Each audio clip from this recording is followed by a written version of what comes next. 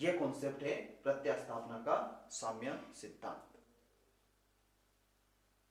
ठीक। हाँ, क्या? हाँ, इसका मैं ऐसा करूंगा कि आपको आपको शेयर कर दूंगा, है ना, फैक्ट्स, इसके फैक्ट्स रीड कर लेना। ठीक है, चलो।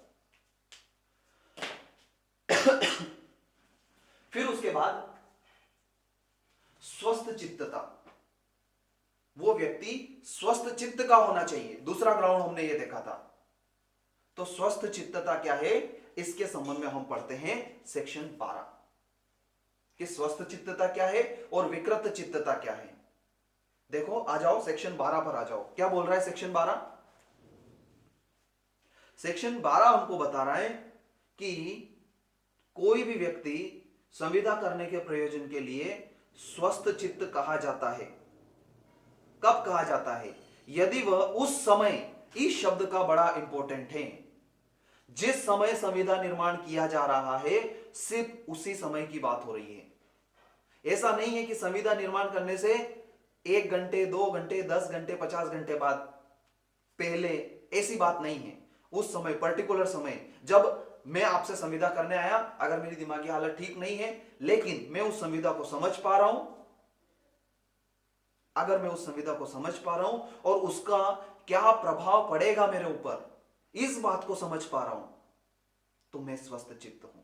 यही बात ये सेक्शन 12 हमको बता रहा है। देखो क्या बोल रहा है कि यदि वह उस समय जब संविदा करता है, यदि वह उस पर्टिकुलर समय पर जब वह संविदा कर रहा है या करता है, उस संविदा को समझने, नंबर 1 क्या ग्राउंड बताया है, उस संविदा को समझने और अपने हितों पर उसके प्रभाव के बारे में युक्ति संगत निर्णय लेने में समर्थ हैं।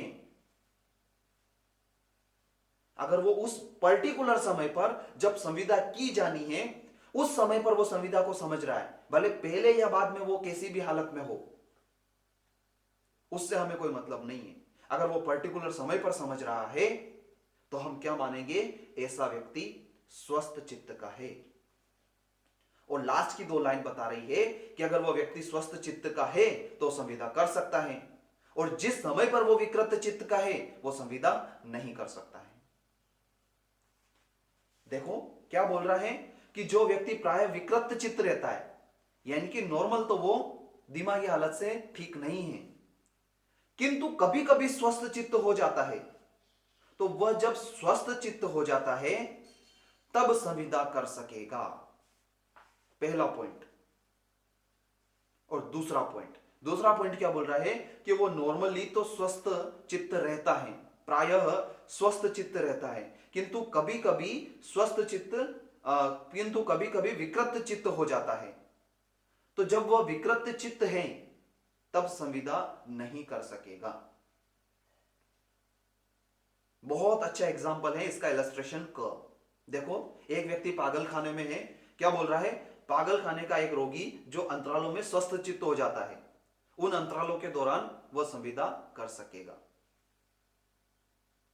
यह है स्वस्थ चित्तता का मतलब। तो स्वस्थ चित्तता का मतलब क्या है, 2 ग्राउंड जो सेक्शन 12 हमको बताता है। नंबर 1 ग्राउंड कौन सा है, उस संविदा को समझता हो। पहला ग्राउंड, जब हमें आंसर लिखना है तो इन 2 ग्राउंड को हाईलाइट करना है कि स्वस्थ चित्तता का मतलब क्या है। अगर हमें हमसे इंटरव्यू में भी पूछे तो ये नहीं है हम ऐसे ही बिल्कुल बेसिक आंसर नहीं बताएंगे, जब वो स्वस्थ चित्त है तो कर लेगा, नहीं है तो नहीं करेगा। इसका मतलब क्या है, इसका मतलब है जो व्यक्ति पर्टिकुलर समय पर, सबसे पहली शर्त तो उस पर्टिकुलर समय पर, दूसरी शर्त क्या है, संविदा को समझता हो, और तीसरी इंपॉर्टेंट शर्त है कि वो उस पर, उसके प्रभाव के बारे में युक्ति संगत निर्णय ले सकता हो। तब हम कहेंगे वो व्यक्ति स्वस्थ चित्त है।